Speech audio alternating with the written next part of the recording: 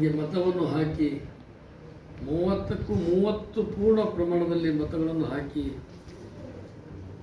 ಹೆಚ್ಚಿನ ಅಂತರದಿಂದ ನನಗೆ ಜಯಶಾಲಿ ಆಗಲು ಕಾರಣೀಭೂತರಾದಂಥ ಎಲ್ಲ ಸಚಿವರಿಗೆ, ಶಾಸಕರಿಗೆ ನಾನು ಹೃದಯಪೂರ್ವಕವಾದ ನಮಸ್ಕಾರಗಳನ್ನು ಹೇಳುತ್ತೇನೆ. ಅವರ ಪ್ರೀತಿ ವಿಶ್ವಾಸದ ಆಧಾರದ ಮೇಲೆ ನಾನು ಉತ್ತಮವಾದ ಕೆಲಸವನ್ನು ಮೊದಲು ಸಿಕ್ಕಂಥ ಅವಕಾಶ ಬಹಳ ಕಡಿಮೆ ಅವಧಿಯಿತ್ತು. ಎಲ್ಲ ಕೂಡ ಎರಡೂವರೆ ವರ್ಷ ಮಾತ್ರ ಆಗಿತ್ತು.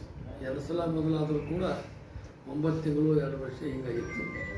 ಹೀಗಾಗಿ ನನಗೆ ಪೂರ್ಣ ಪ್ರಮಾಣದ ಅವಧಿ ಕೊಡಬೇಕು ಅಂಥೇಳಿ ಪಕ್ಷದ ವರಿಷ್ಠರಿಗೆ ಭೇಟಿ ಮಾಡಿದ್ದೆ.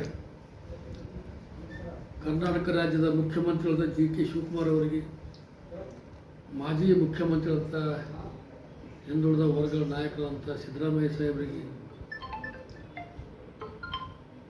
ಭಾರತ ದೇಶದ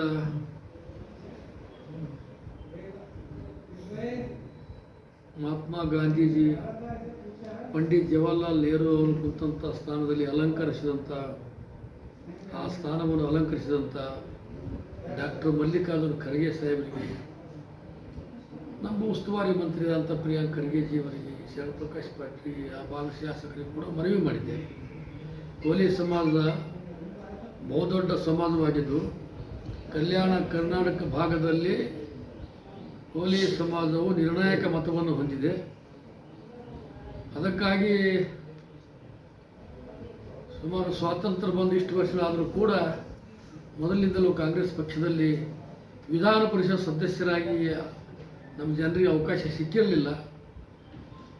ಈ ಸಮಾಜ ಪಕ್ಷದ ಮೇಲೆ ಕಾಂಗ್ರೆಸ್ ಪಕ್ಷದ ಮೇಲೆ ಹೆಚ್ಚಿನ ಅವಲಂಬನೆ ಇದ್ದುದು ಗೊತ್ತಾಗಿ ನನಗೆ ವಿಧಾನ ಪರಿಷತ್ ಸದಸ್ಯರ ಆಯ್ಕೆ ಮಾಡಿದ ಮೇಲೆ ಪರಿಷತ್ತದಲ್ಲಿ ಸಾಕಷ್ಟು ವಿಷಯಗಳ ಬಗ್ಗೆ ಚರ್ಚೆ ಮಾಡಿದ್ದೆ, ಸರ್ಕಾರದ ಗಮನಕ್ಕೆ ತಂದಿದ್ದೆ. ಅದರೊಡನೆ ಬೇರೆ ಬೇರೆ ಜಾತಿ ಧರ್ಮದವರ ಕಷ್ಟಗಳೆಲ್ಲ ಕೂಡ ಸರ್ಕಾರದ ಗಮನಕ್ಕೆ ತರ್ತಕ್ಕಂಥ ವಿಚಾರಗಳನ್ನು ಮಾಡಿದ್ದೆ. ಆಮೇಲೆ ಅತ್ಯಂತ ಕಡೆಯ ಮನುಷ್ಯರಿಗೆ, ಸಾಮಾಜಿಕ ನ್ಯಾಯಕ್ಕಾಗಿ ಪರಿತಪಿಸ್ತಕ್ಕಂಥವ್ರಿಗೆ ಕೂಡ ನ್ಯಾಯ ಕೊಡಿಸ್ತಕ್ಕಂಥ ಕೆಲಸ, ಸರ್ಕಾರಕ್ಕೆ ಗಮನಕ್ಕೆ ತರ್ತಕ್ಕಂಥ ಕೆಲಸವನ್ನು ನೋಡಿ ಕಾಂಗ್ರೆಸ್ ಪಕ್ಷದ ರಾಜ್ಯ ಮಟ್ಟದ, ರಾಷ್ಟ್ರ ಮಟ್ಟದ ಎಲ್ಲ ನಾಯಕರು ನನಗೆ ಅವಕಾಶ ಕಲ್ಪಿಸಿಕೊಟ್ಟಿದ್ದರು. ಪ್ರಾಮಾಣಿಕವಾಗಿ ಕೆಲಸ ಮಾಡಿದ್ದೇನೆ.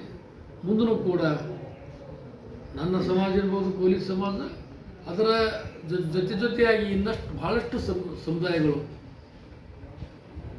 ಸಾಮಾಜಿಕ ನ್ಯಾಯಕ್ಕಾಗಿ ವಂಚಿತರಾಗಿವೆ. ಅವರಿಗೆ ಯಾವುದೇ ಸ್ಥಾನಮಾನಗಳಾಗಲಿ ಅವಕಾಶಗಳು ಸಿಕ್ಕಿಲ್ಲ.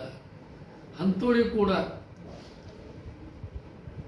ಅಧಿವೇಶನದಲ್ಲಿ ಅವರ ಸಮಸ್ಯೆಗಳು ಸರ್ಕಾರದ ಗಮನಕ್ಕೆ ತರ್ತಕ್ಕಂಥ ನಮ್ಮದೇ ಸರ್ಕಾರ ಇರೋದರಿಂದ